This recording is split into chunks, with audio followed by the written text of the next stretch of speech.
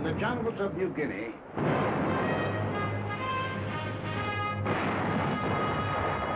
on the barren shores of the Aleutians, in the tropic heat of the Pacific Islands, in the sub-zero cold of the skies over Germany, in Burma and Iceland, the Philippines and Iran, France, in China and Italy, Americans fighting. Fighting over an area extending 7/8 of the way around the world. Men from the green hills of New England, the sun-baked plains of the Middle West, the cotton fields of the South, the close-packed streets of Manhattan, Chicago, the teeming factories of Detroit, Los Angeles, the endless stretching distances of the Southwest, men from the hills and from the plains, from the villages and from the cities, bookkeepers, soda jerks, mechanics, college students, rich man, poor man, beggar man, thief, doctor, lawyer, merchant, chief, now veteran fighting men. Yet 2 years ago, many had never fired a gun or seen the ocean or been off the ground. Americans, fighting for their country while half a world away from it. Fighting for their country, and for more than their country. Fighting for an idea. The idea bigger than the country. Without the idea, the country might have remained only a wilderness. Without the country, the idea might have remained only a dream.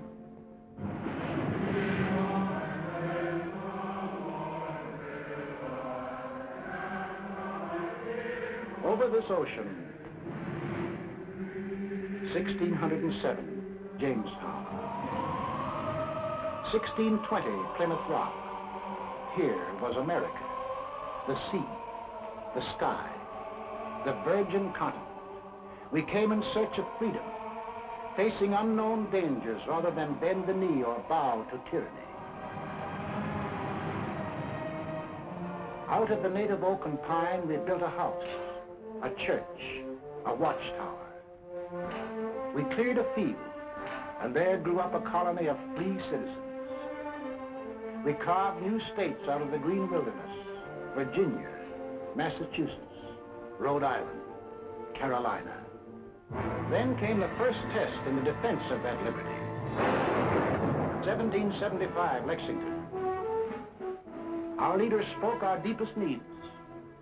Colonists are by the law of nature free-born, as indeed all men are. It is the right of the people to alter or abolish it, and to institute new government. These are the times that try men's souls. But as for me, give me liberty, or give me death. In the midst of battle, it happened. The idea grew. The idea took form. Something new was expressed by men, a new and revolutionary doctrine, the greatest creative force in human relations. All men are created equal. All men are entitled to the blessings of life, liberty, and the pursuit of happiness. That's the goal we set for ourselves. Defeat meant hanging. Victory meant a world in which Americans rule themselves. 1777, Valley Forge. We fought and froze, suffered and died. For what? For the future freedom of all Americans. A few of us doubted and despaired. Most of us prayed and endured all. 1781, Yorktown.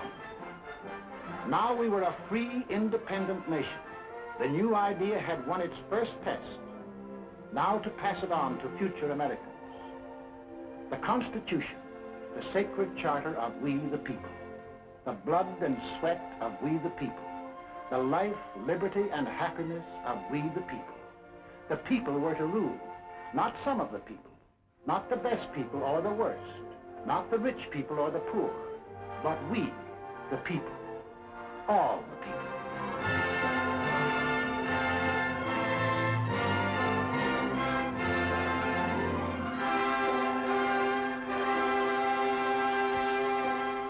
In this brotherhood, America was born. One nation, indivisible, with liberty and justice for all. We began as 13 states along the Atlantic seaboard. We pushed across the Alleghenies, the Ohio River, the Mississippi, the last far range of the distant Rockies. We carried freedom with us. No aristocratic classes here, no kings, no nobles or princes, no state church, no courts, no parasites, no divine right of man to rule man. Here, humanity was making a clean, fresh start from scratch. Behind us, we left new states, chips off the old blocks welded together by freedom.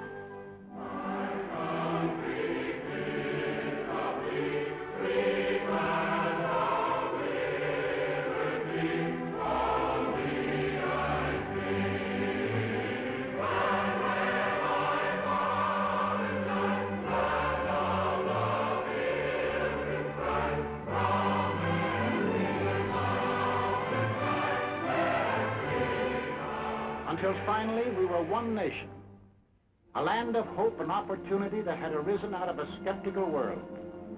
A light was shining, freedom's light. From every country and every clime, men saw that light and turned their faces toward it. Give me your tired, your poor, your huddled masses yearning to breathe free, the wretched refuse of your teeming shore. Send these, the homeless, tempest-tossed, to me. I lift my lamp beside the golden door. As strangers to one another we came and built a country, and the country built us into Americans. The sweat of the men of old nations was poured out to build anew. The sweat of our first settlers, the English, the Scotch, the Dutch, building the workshop of New England, of the Italian in the sulfur mines of Louisiana, of the Frenchman and the Swiss in the vineyards of California and New York State, of the Dane, the Norwegian, the Swede, seeding the good earth to make the Midwest bloom with grain, of the Pole and the Welshman, of the Negro harvesting cotton in the hot southern sun, of the Spaniard, the first to roam the great Southwest, of the Mexican in the oil fields of Texas and on the ranches of New Mexico, of the Greek and the Portuguese harvesting the crop the oceans yield, of the German with his technical skill, of the Hungarian and the Russian, of the Irish, the Slav, and the Chinese working side by side. The sweat of Americans, and a great nation was built.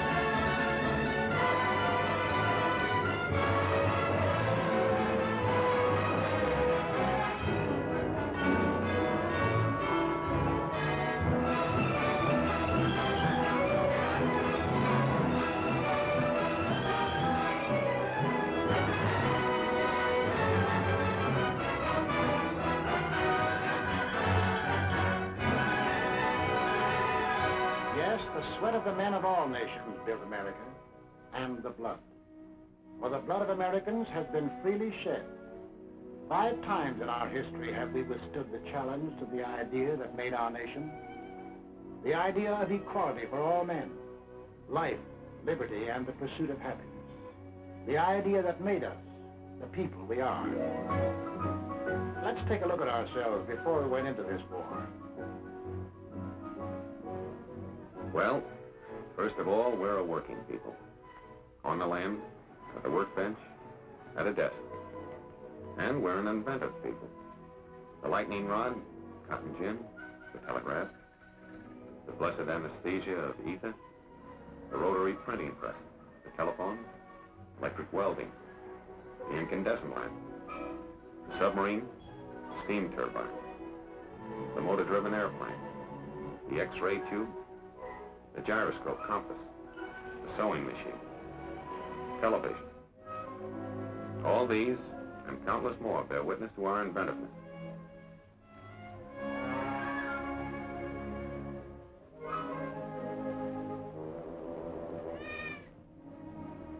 And this inventiveness and enterprise, plus our hard-won democratic ideal of the greatest good for the greatest number, created for the average man the highest standard of living in the world. 32.5 million registered automobiles, 2/3 of all the automobiles there are in the entire world.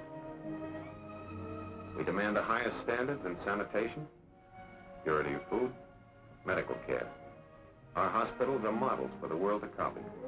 We want the best for the average man, woman, or child, particularly child. We have reduced the hazard of being born.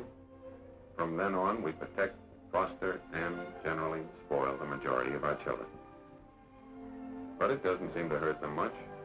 They go to school, all kinds of schools, to kindergarten, public schools, private schools, trade schools, high schools, to 25,000 high schools, and to college. In the last war, 20% of all the men in the armed forces had been to high school or college. In this war, 63%. We're a great 2 weeks vacation people. We hunt, and we fish. Up north, down south, back east, out west. When the season opens, we hunt and fish. And we're a sports-loving people.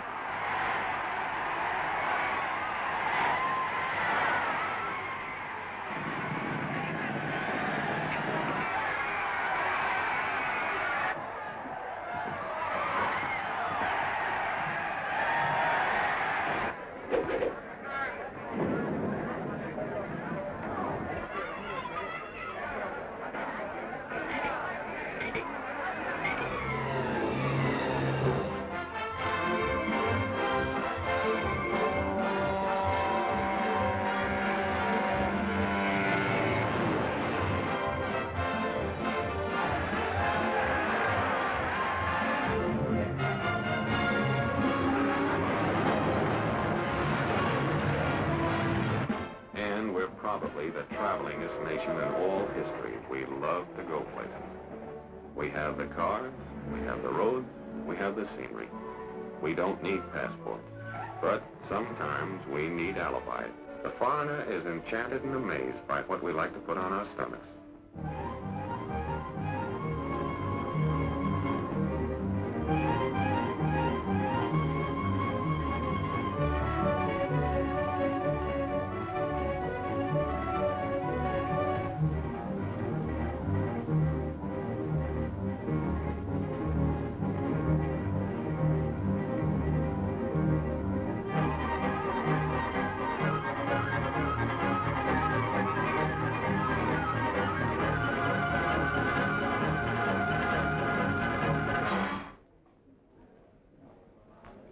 We join clubs, fraternities, unions, federations. Radios, we have one in the living room. When you think of refreshment, think of the dining room, the bedroom, the bathroom, in our cars, and in case of acid indigestion, in our hands, and up our sleeves. Does your cigarette taste different lately? Music, we couldn't be without it.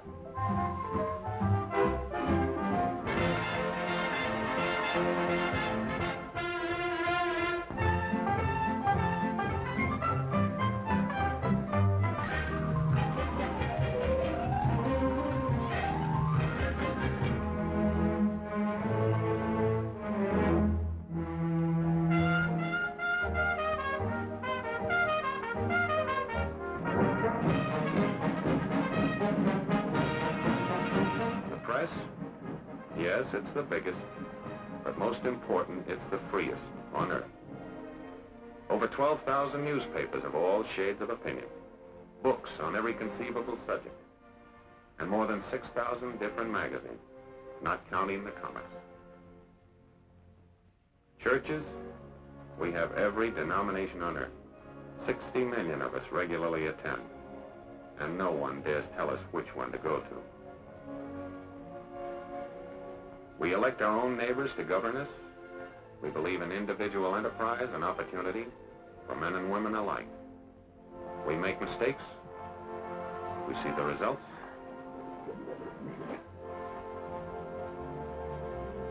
We correct the mistakes. We skyrocket into false prosperities and then plummet down into false, needless depressions. In spite of everything, we never lose our faith in the future. We believe in the future. We build for the future. Yes, we build for the future. And the future always catches up with us. Before we're done building, we've developed something new and have to start rebuilding. That's roughly the kind of people we are. Boastful, easygoing, sentimental, but underneath passionately dedicated to the ideal our forefathers passed on to us, the liberty and dignity of man. We've made great material progress, but spiritually we're still in the frontier days. Yet deep down within us, there is a great yearning for peace and goodwill toward men. Somehow we feel that if men turn their minds toward the fields of peace, as they have toward the fields of transportation, communication, or aviation, wars would soon be as old-fashioned as the horse and buggy days. We hate war. We know that in war, it's the common man who does the pain, the suffering, the dying. We bend over backwards to avoid it. But let our freedoms be endangered, and we'll pay and suffer and fight to the last man. That is the America. That is the way of living for which we fight today. Why? Is that fight necessary? Did we want war?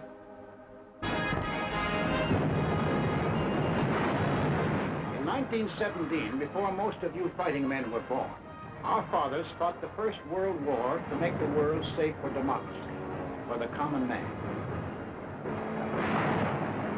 They fought a good fight and won it. There was to be no more war in their time or their children's time. Faithful to our treaty obligations, we destroyed much of our naval tonnage. Our army went on a reducing diet until it became little more than a skeleton. For us, war was to be outlawed. For us, Europe was far away. And as for Asia, well, that was really out of this world, where everything looked like it was torn from the National Geographic. Yet, in this remote spot in Asia, in 1931, while most of you were playing ball in the sandlots, this war started. Without warning, Japan invaded Manchuria.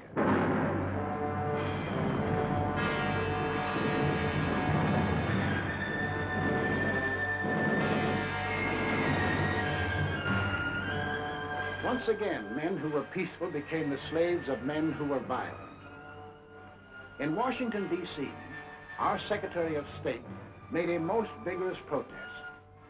The American government does not intend to recognize any situation, treaty, or agreement which may be brought about by means of aggression. But we, the people, hadn't much time to think about Manchuria. We were wrestling with the worst depression in our history. Some of us were out of jobs. Some of us stood in bread lines. Some of us suffered homemade aggression. Some of us were choked with dust. Some of us had no place to go. 2 years later, in 1933, while most of you were graduating from high school, we read that a funny little man called Hitler had come into power in Germany.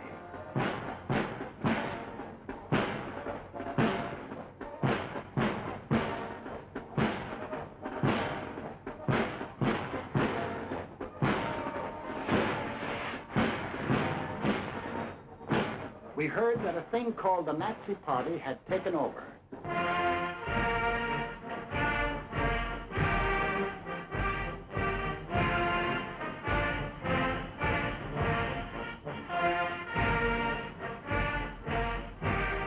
Today we rule Germany, tomorrow the world. What kind of talk was that? It must be only hot air. In 1935, about the time you had your first date, we read that strutting Mussolini had attacked far-off Ethiopia.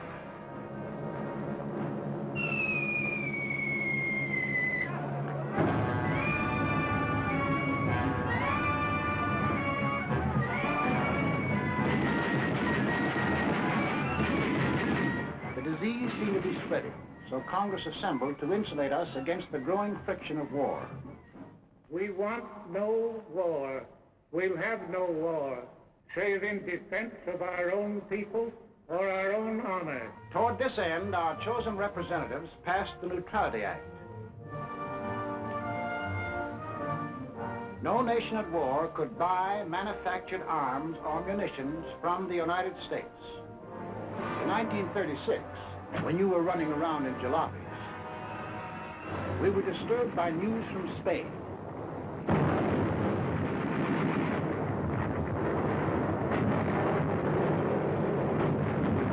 In our newsreels, we saw German and Italian air forces and armies fighting in Spain and wondered what they were doing there.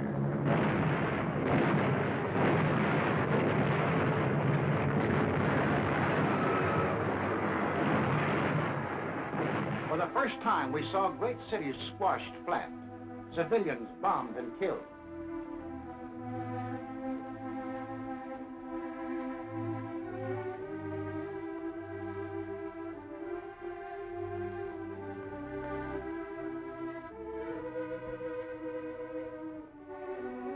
In November 1936, the American Institute of Public Opinion, known as the Gallup poll, asked a representative cross-section of American people, if another war develops in Europe, should America take part again?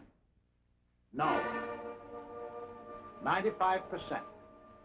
We the people had spoken. 19 out of 20 of us said, include us out.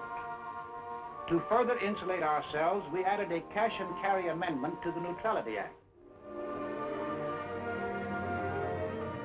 Not only wouldn't we sell munitions, but we wouldn't sell anything at all, not even a spool of thread, unless warring powers sent their own ships and paid cash on the line.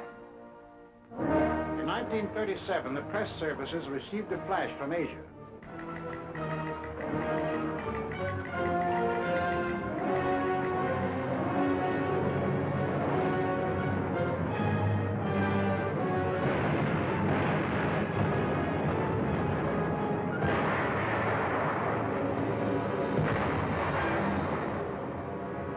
The Japs were turning Asia into a slaughterhouse. But for us, Asia was still far away. In September 1937, the Gallup poll asked us, in the present fight between Japan and China, are your sympathies with either side? We answered, with China, 43%. With Japan, 2%. Undecided, 55%.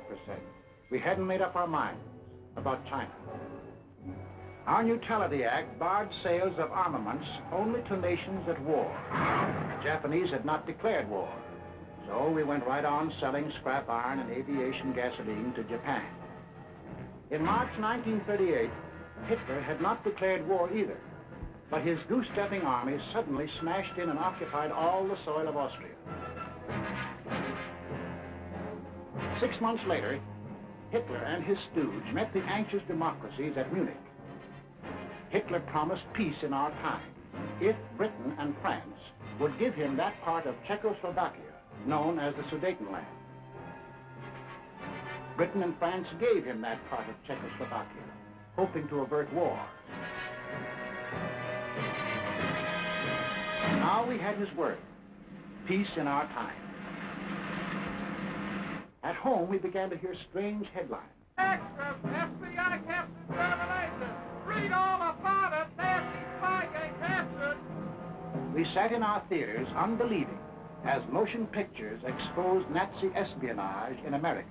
As Germans, we know that if America is to be free, we must destroy the chain that ties the whole misery of American politics together. and that chain is the United States Constitution. Could these things really be? Yes, these subversive acts were happening in real life every day. German-American bonds organized for the purpose of destroying us marched under our very noses.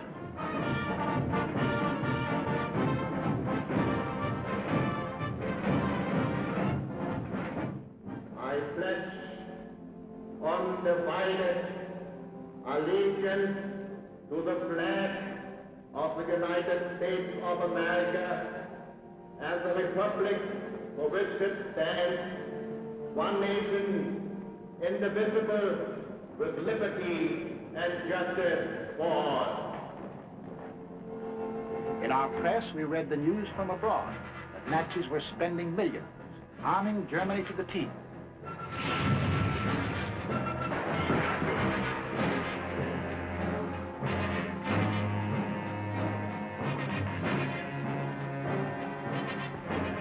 We read that the Tokyo Diet was appropriating tremendous sums, converting Japan into one vast munitions plant.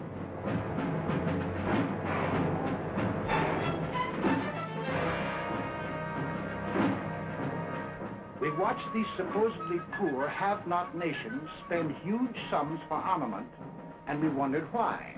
Arrogantly, they told us why. They had declared war on us long before the shooting started. We have actually been at war since the day when we lifted the flag of our revolution against the democratic world. The Germans are a noble and unique race, to whom the earth was given by the grace of God.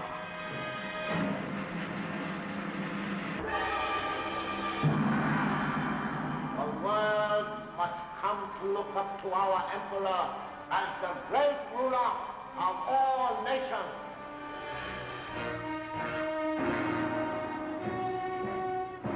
When the people of these three nations elected to follow their leaders, Death Incorporated,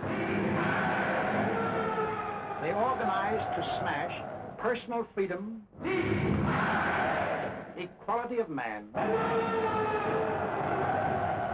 freedom of speech, freedom of religion, organized to smash the very principles which made us the people we are. So in December 1938, when the Gallup poll asked us, should the United States increase the strength of its Army, Navy, and Air Force, we answered yes, 85%. It was time to look to our defense. Gentlemen, this is the Military Affairs Committee of the United States House of Representatives meeting for the purpose of considering national defense. The Navy is asking for an increase of 25% in authorized naval tonnage in view of the grave international situation. Congress, reflecting the voice of the people, appropriated the largest sum for military use ever voted during peace in American history. We didn't dream that a few years later it would look like peanuts. On March 14, 19... Adolf Hitler broke the pledge he made at Munich.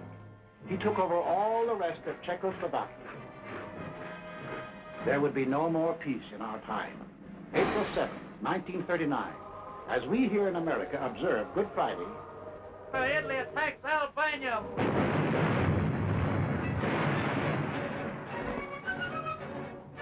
the picture was becoming clear. The conquering forces of violence were being set loose in the world.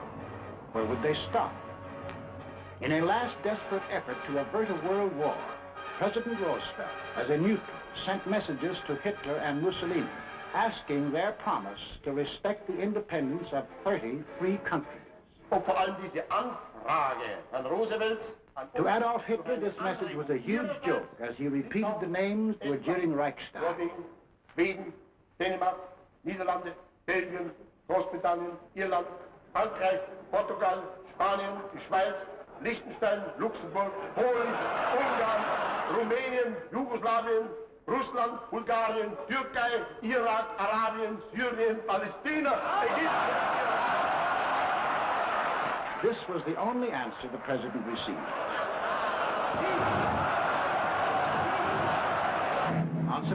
1st, 1939, the Nazi army smashed into Poland.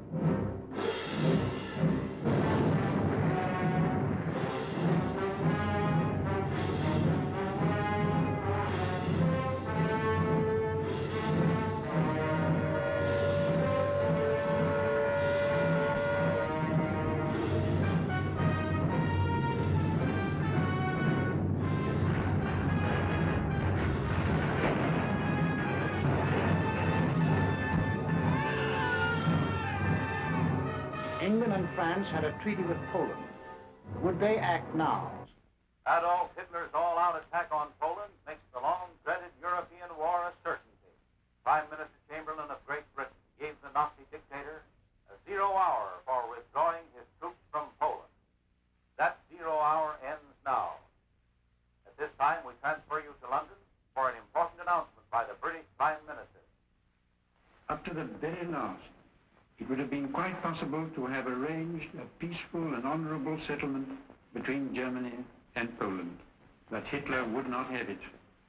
The situation in which no word given by Germany's ruler could be trusted, and no people or country could feel itself safe, had become intolerable. Now, may God bless you all, and may He defend the right, for it is evil things that we shall be fighting against. And against them, I am certain that the right will prevail. 6 hours after Great Britain declared war on Nazi Germany, the Republic of France followed. All France is in a maelstrom of activity. The Maginot Line has already opened fire on the Germans. The sparring is ended. World War II has begun.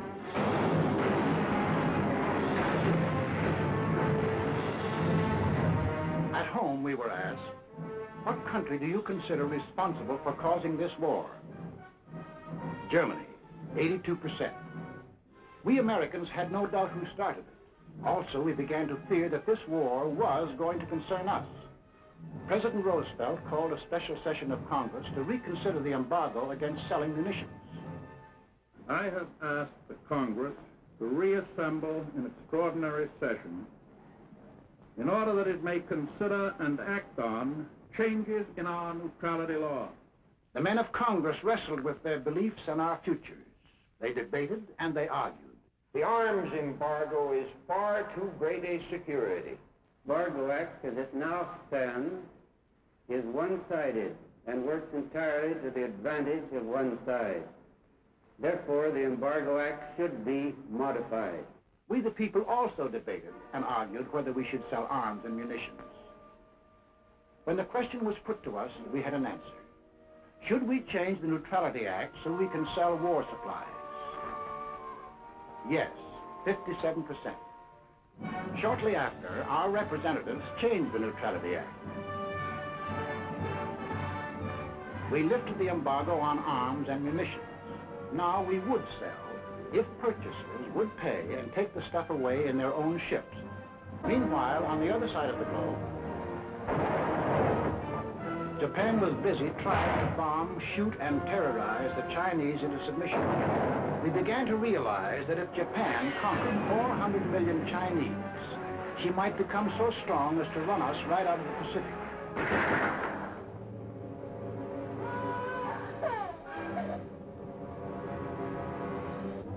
You will remember that 2 years earlier, in September 1937, when we were asked, in the present fight between Japan and China, are your sympathies with either side? Only 43% were with China. Most of us were undecided. In June 1939, when we were asked the same question, 74% said we were with China. Now our minds were made up. When we loaded our scrap iron on Japanese ships, our citizens protested. Let Mr. Atchison, Assistant Secretary of State, tell us the inside of the story. So until the middle of 1940, the restriction of exports to Japan took the form of moral embargoes of aeroplanes and direct munitions. Then Congress passed the Export Control Act, and increasing cutoffs of scrap iron, aviation gasoline, and other strategic items followed. Exports were curtailed to the limit which those responsible for our defense were willing to risk. It was a fearful responsibility. On one side was the possibility, in fact the probability, that one day these materials might be used against us. On the other side was the possibility, in fact the probability, that to cut them off would provoke an attack which we were not then prepared to resist. Finally, in the summer of 1941, as it became clear that Japan was turning her back upon every possibility of reconciliation and adjustment, and was determined upon her great gamble of conquest, all exports ceased. The leaders of Nazi Germany shifted their war machine into high gear. They overran into Denmark. They smashed into Norway. On May the 10th, 1940, they blitzed into Holland and Belgium. The Nazis are marching ahead at the fastest speed a conquering army has moved in all history. All roads in France are choked with slow-moving masses of refugees. Nazis with dive bombers are scraping and bombing thousands of helpless women and children. Mr. Kelsenborn. Good evening, everybody. Tonight, it seems clearly apparent that the first great phase of the war in the West has been won by Germany. The army of French and British has made a valiant battle in its effort to retreat to Dunkirk, where there is some slight chance that some part of it can be evacuated. Adolf Hitler's mechanized forces are racing toward Paris as French resistance collapses. On this 10th day of June, 1940, the hand that held the dagger has struck it into the back of its neighbor. This is William L. Shirer speaking from the forest of Compiègne, where Adolf Hitler today is handing his armistice terms to France. It is 3:15 p.m. Adolf Hitler strides slowly toward the little clearing. I can see his face. It is grave, solemn, yet brimming with revenge. Off to one side is a large statue of Marshal Foch. Hitler does not appear to see it. Now we see the French walking down the avenue, led by General Hunsinger. Hitler and the other German leaders rise as the French enter. General Keitel reads the preamble to the German armistice terms. This whole ceremony is over in a quarter of an hour. The last time I saw Paris, her heart was warm and gay. I heard the laughter of her heart in every street cafe. The last time I saw Paris, a tree was dressed for spring, and lovers walked beneath those trees, and birds found songs to sing. I dodged the same old taxi cab that I had dodged for years. The chorus of their squeaky horns was music to my ears. The last time I saw Paris, her heart was warm and gay. No matter how they changed the world, I remember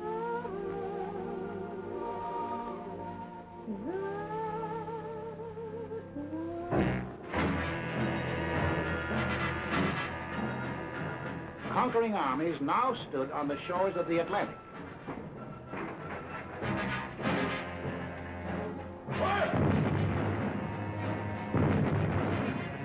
The danger was suddenly close. Countries conquered by the Nazis had possessions outside of Europe. Some of these possessions are in America. Would the Nazis demand the French naval units at Martinique? Would the Nazis move into the Dutch oil fields at Curacao? Would the Nazis seize the French naval base at Dakar for invasion of South America? Already in Brazil, there were over 1 million Germans who lived exactly as they did in Germany. 1,200 German schools with Nazi textbooks and Nazi teachers. Nazi newspapers. Hermann Goering glider clubs had been established. Also in Brazil, there were 260,000 Japanese taking orders from Japan. In Ecuador, within easy bombing range of the Panama Canal, German airlines had been established. German pilots were reserve officers of the Luftwaffe. The German transport planes had bomb racks already built in. In Argentina, German athletic clubs similar to the Hitler Youth Movement had been organized exclusively for Germans. Here was a fifth column ready to take over. In Havana, we met with 20 other American republics. There must not be a shadow of a doubt anywhere as to the determination of the American nations not to permit the invasion of their hemisphere by the armed forces of any power or any possible combination of powers. 20 American nations stood firm. The Americas would not allow any European colony in this hemisphere to be transferred to a non-American power. We said, keep out. We meant it. We must increase production facilities for everything needed for the Army and Navy for national defense. I believe that this nation should plan at this time a program that will provide us with 50,000 military and naval planes. To protect our shores, we authorized construction of a two-ocean navy, the greatest the world has ever known. At least it would be the greatest navy when completed in 1944. But then, in 1940, it was only a paper navy. Our fighting forces at that time consisted of an army of 187,000 men, a navy of 120,000, and this dot was the Air Corps, 22,387 strong. All told, 330,000 men. We had makeshift supplies, makeshift equipment, stovepipes for cannon, bags of flour for bombs, and trucks were labeled tanks.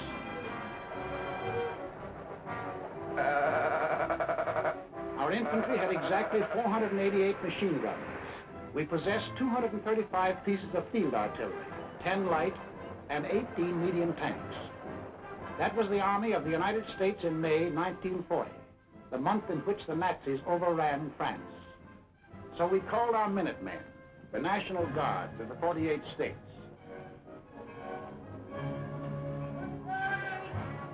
And most important, Congress passed the Selective Service Act.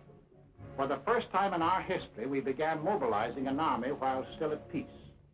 The first number is serial number 158. This is the Army, Mr. Jones. No private rooms or telephone.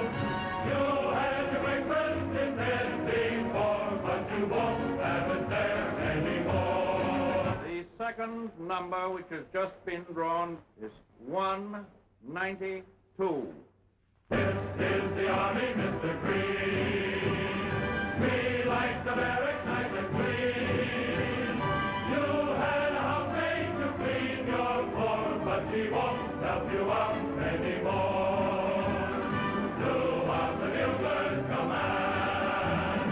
They're in the Army and not in a band. This is the Army, Mr. Brown. You and your lady went to town. She had you worried, but this is war, and she won't worry you anymore. More, so she won't worry you anymore.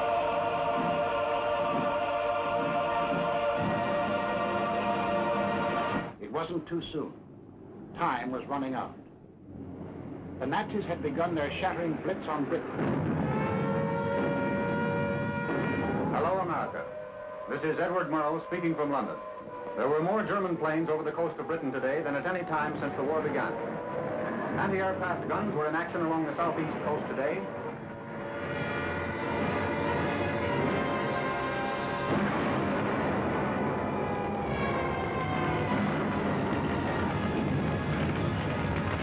Back on Main Street, USA, daily we followed Britain's life struggle.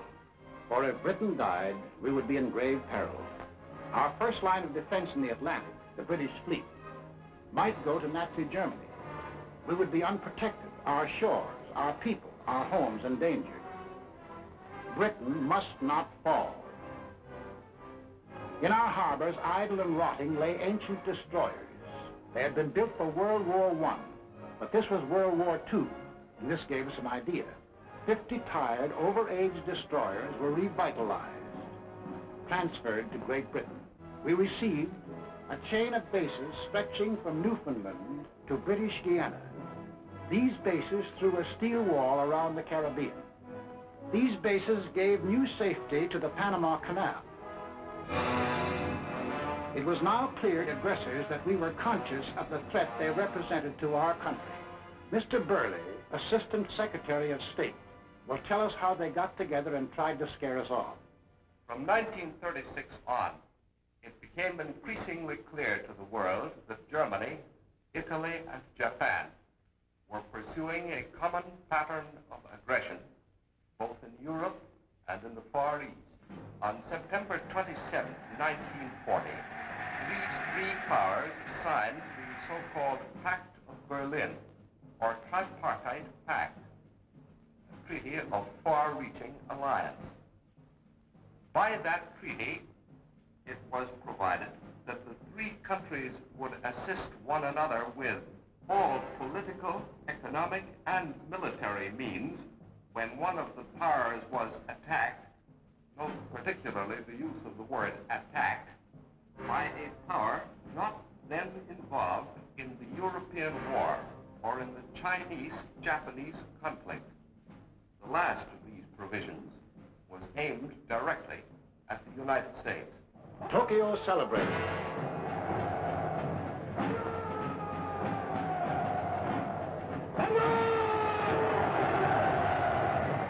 Rome cheered.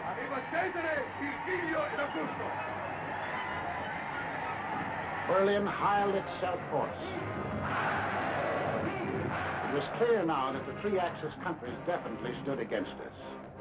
More anxious than ever, we watched the life and death struggle for the possession of the skies over Britain.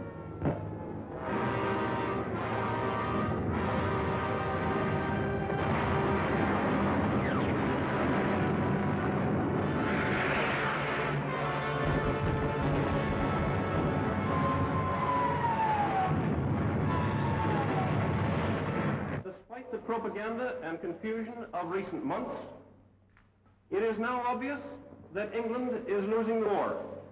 England will not only survive, England will win.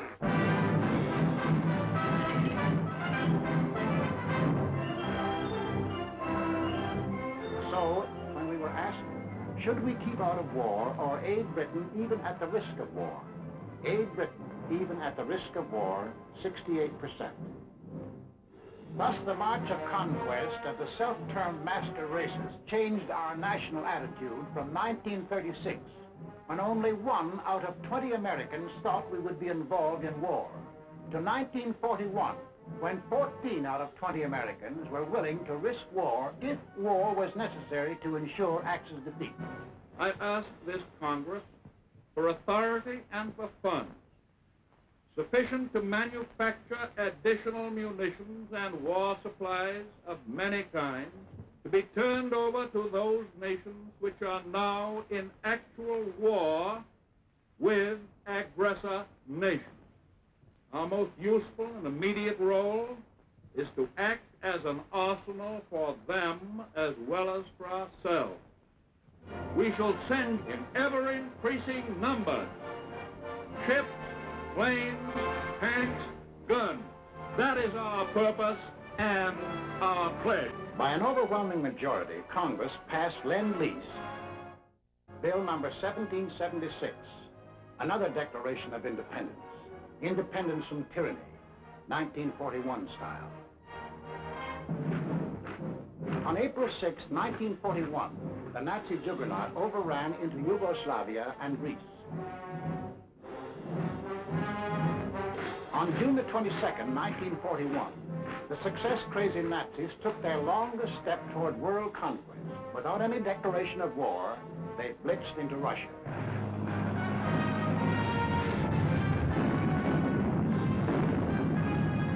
We were determined not to let down any nations defending themselves against unprovoked attack. So we extended Lend-Lease to these new victims. Now, the Lend-Lease products of our factories were being unloaded in the bombed ports of Great Britain, at the Red Sea ports for the British in Africa. Lend-Lease was being hauled over the Burma Road to China. Lend-Lease was piling up in Murmansk and Iran for Russia. Why did we supply war materials to the countries defending themselves against Axis aggression?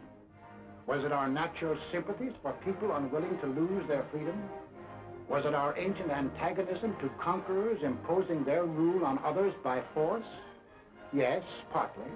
But principally, it was because the American people had become certain that they were on the list of free nations to be conquered. Two worlds are in conflict, two philosophies of life. One of these two worlds must break asunder. And we were the leading example of that free world that Hitler was committed to breaking asunder. What would have been our defensive position if the aggressors had succeeded in conquering Britain, Russia, and China? German conquest of Europe and Africa would bring all their raw materials, plus their entire industrial development, under one control. Of the 2 billion people in the world, the Nazis would rule roughly 1/4, the 500 million people of Europe and Africa, forced into slavery to labor for Germany. German conquest of Russia would add the vast raw materials and the production facilities of another of the world's industrial areas. And of the world's people, another 200 million would be added to the Nazi labor pile. Japanese conquest of the Orient would pour into their factory the almost unlimited resources of that area.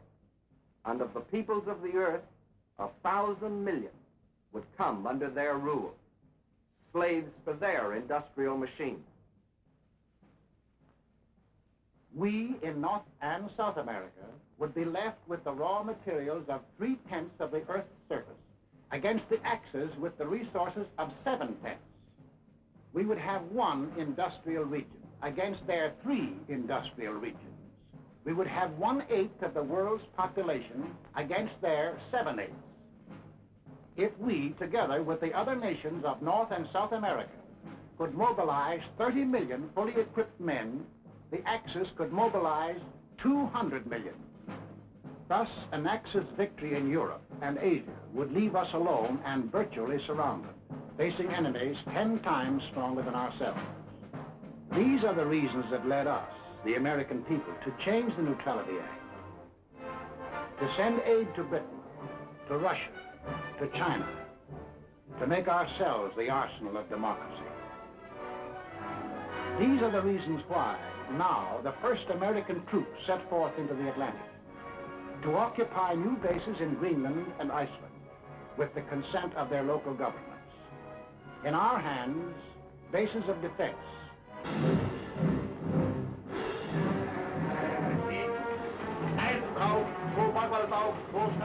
The Germans open unrestricted submarine warfare.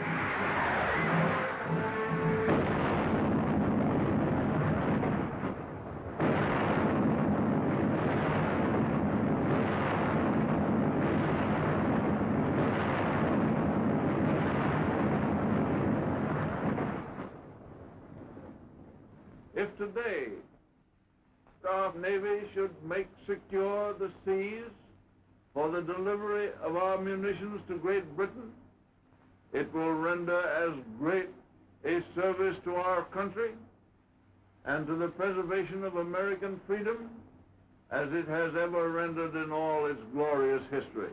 We want those cargoes protected. An aroused Congress repealed the entire Neutrality Act. We armed our merchants, and for the first time, they steamed into combat zones to deliver Lend-Lease.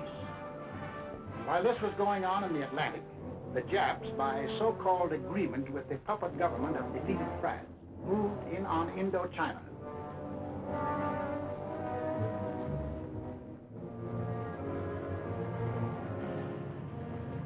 There were now only 2 threats to their plan for conquest of Greater East Asia. First was their northern neighbor, Russia, the only military power within striking distance of Japan. The Nazis were taking care of Russia. The second threat to Japanese conquest was us. Japanese southward expansion was too dangerous to attempt with our bases still standing in the Philippines and our supply lines open to Wake, to Midway, and to Hawaii. We were in their way. We had to be removed, but in the Japanese way. Off to Washington went Special Ambassador Curacao on what the Japs said was a mission of peace. But carefully synchronized with his departure from Tokyo was the departure of a Jap task force under sealed orders, not on a mission of peace. On November 14th, Mr. Curacao arrived in San Francisco, smiling his toothy smile as he sang the old song of Japanese friendship. The Japanese were a peace-loving people. Their whole policy was devoted to the establishment of permanent peace in Asia. Our aid to China was delaying the establishment of that peace. Our refusal to sell them oil and scrap was interfering with the establishment of that peace. Our objections to their taking over the East Indies, Greater East Asia, was an interruption in the establishment of that peace. All they wanted was peace. On November 17th, Mr. Curacao and Japanese Ambassador Nomura were received by the President in the presence of the Secretary of State, Cordell Hull. It very quickly became clear that the Japanese had brought no new proposals and that the Japanese intended to continue their campaign to conquer China and all East Asia. However, on November 26th, our Secretary of State presented the Japanese with the basis for peaceful agreement between the two nations. The proposal was forwarded to Tokyo. The Japs had to stall for time, but only a short time. The task force was nearing its goal. Sunday, December 7th, 1941.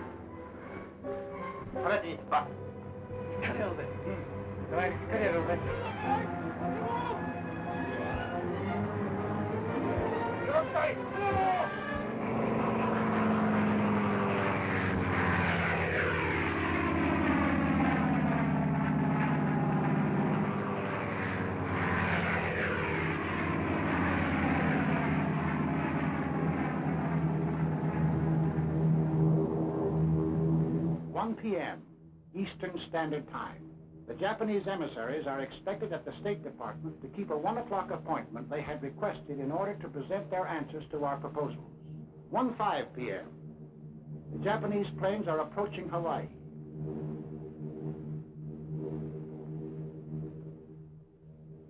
1:10 p.m. The Japanese emissaries telephoned to postpone their appointment until 1:45. 1:20 p.m.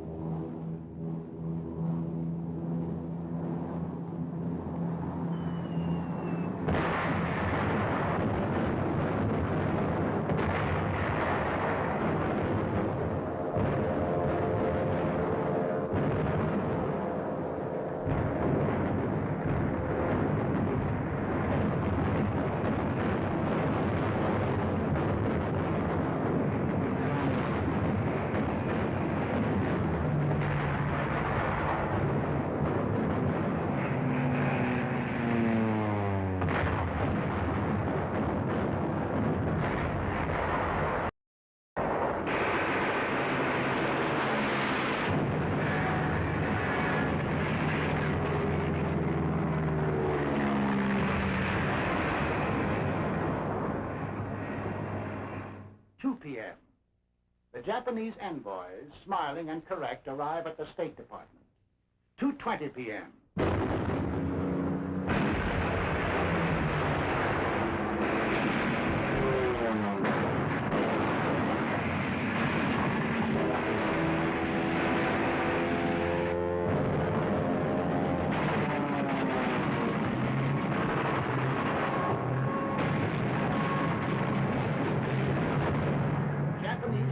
Had been sowing death and destruction for an hour on American outposts in the Pacific when the Japanese envoys presented a memorandum to Mr. Hull.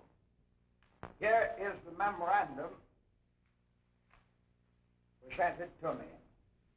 As you can see, it is quite a lengthy document. I read it hurriedly, discovering that it contained a recital of monstrous accusations against the United States, aiming for the extension of the war, preparing to attack Germany and Italy, two powers striving to establish a new order in Europe, and ignoring Japan's sacrifices in the 4 years of the China affair, menacing the empire's existence itself, and disparaging its honor and prestige.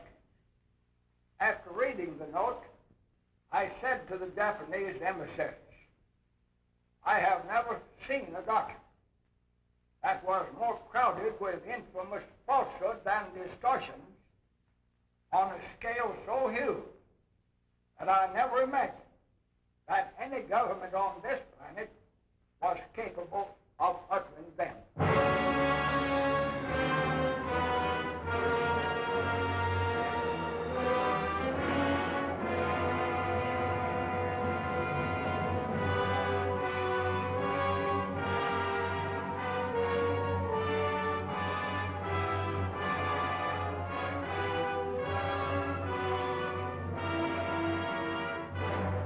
I ask that the Congress declare that since the unprovoked and dastardly attack by Japan on Sunday, December 7, 1941, a state of war has existed between the United States and the Japanese Empire.